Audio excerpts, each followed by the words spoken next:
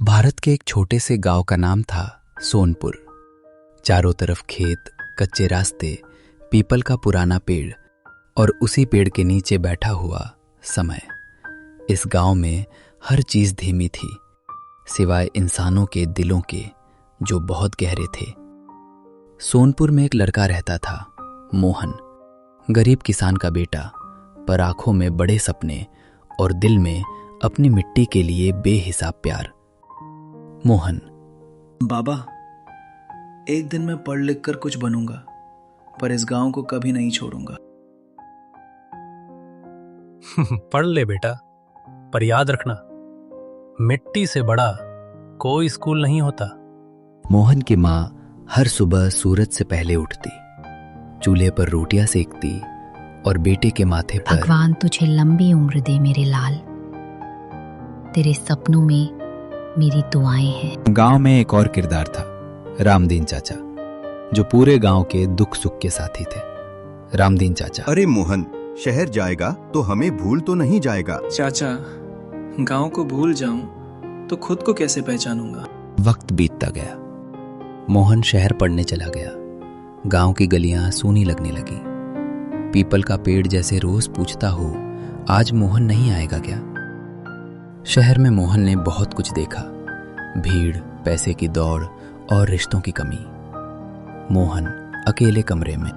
यहाँ सब कुछ है, पर वो सुकून नहीं जो माँ के आंचल में था।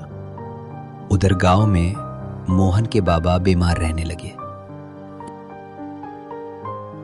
भगवान, मेरे बेटे को बुला ले। तेरे भरोसे अब ये घर नहीं चलता। एक दिन फोन आया और शहर में खड़ा मोहन अचानक छोटा बच्चा बन गया।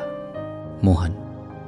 मैं आ रहा हूं माँ, अभी आ रहा हूं। जब मोहन गांव पहुंचा तो देखा बाबा खाट पर चुपचाप लेटे थे। बाबा। आ गया बेटा, अब दिल को सुकून मिल गया। उसी रात बाबा चले गए और मोहन की दुनिया बदल गई। बाबा,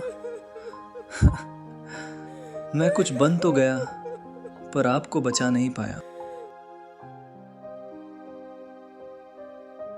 शहर वापस जाने का समय आया, पर इस बार मोहन रुका।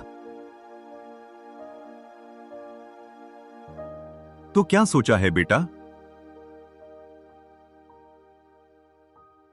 मैं यही रहूंगा चाचा, इस गांव के लिए कुछ करूंगा, यही मेरी पहचान है। मोहन ने गांव में स्कूल खुलवाया, खेती के नए तरीके सिखाए और सोनपुर धीरे धीरे बदलने लगा।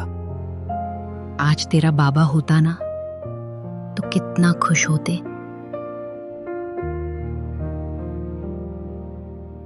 सोनपुर अब सिर्फ गांव नहीं था, वो एक कहानी बन चुका था, जहां बेटा शहर से लौटा और मिट्टी फिर से जिंदा हो गई। क्योंकि जो अपने जड़ों को नहीं भूलता, वही सच में ऊंचा उड़ता है।